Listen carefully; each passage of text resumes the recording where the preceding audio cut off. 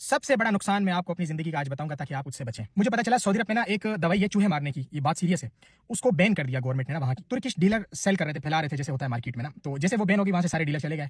उसके बाद वहाँ के सऊदी अरब में सऊदी अरब वालों को ये बात पता है, चूहे बढ़ गए वहाँ पे, बहुत ज्यादा चूहे हो गए। और दवाइयां भी काम करती थी लेकिन उसकी डिमांड थी इतनी सख्त हार्ड थी कि मिसयूज हो रही थी वहाँ पे। तो एकदम गवर्नमेंट ने लेटर इशू किया कि उस दवाई को हम अब बैन नहीं कर रहे, ठीक है। और ये बात जैसे पता चली मुझे, तो तुर्किश डीलर वहां पर आए, अपना सेटअप लगाए, दोबारा से मंगवाएं, उसमें उनको टाइम लगना था। मैंने इस मौके का फायदा उठाया, फौरन मैंने शेखों से राब्ता किया, वहां से मैंने लेटर जो होता है अपॉइंटमेंट बिजनेस लेटर होता है वो मंगवाया, वहां से फौरन यहाँ पे मैंने बिजनेस वीजा लगवाया और मैं फौरन पहुंच गया सऊदीया, ठीक है। और मैंने ऑर्डर दिया कि दवाई आप भेजो वहां से, तुर्किश ना भेजे वहां से, यहाँ से एक बंदा भेजा तुर्की, वहां से उसने खरीद के बड़ी क्वांटिटी, मेरे पास अमाउंट नहीं थी, ठीक है। मैंने अब्बू से पकड़े, दोस्तों से पकड़े, जहां से मुझे जितने लाख मिल सकते थे मैंने लिए। मैंने कहा ये शॉर्टकट है, मैंने वहां दवाई मंगवा ली और मैंने बहुत ज्यादा क्वांटिटी मंगवाई। यकीन करें 5 मिनट में 500 रियाल प्रॉफिट में था मैं वहां पे उस टाइम, ठीक है।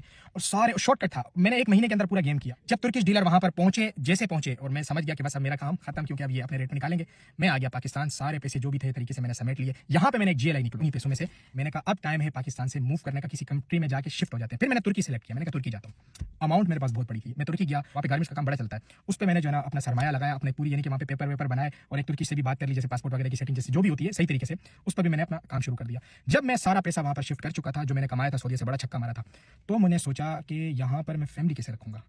ज़ाहिर फैमिली तो साथ होती है। वहाँ जो मैंने माहौल देखा, यकीन करें यूके में मेरे वालिद साहब ने बचपन में ही मुझे यहाँ भेजा था फैमिली के साथ कि ये बच्चा अगर यूके में जाएगा इसकी नस्लें तो तबाह हो जाएंगी, मतलब वहाँ के माहौल में ज़ाया हो जाएंगी। तो इसलिए मेरे वालिद साहब ने मुझे पाकिस्तान भेजा था यूके से बचपन में।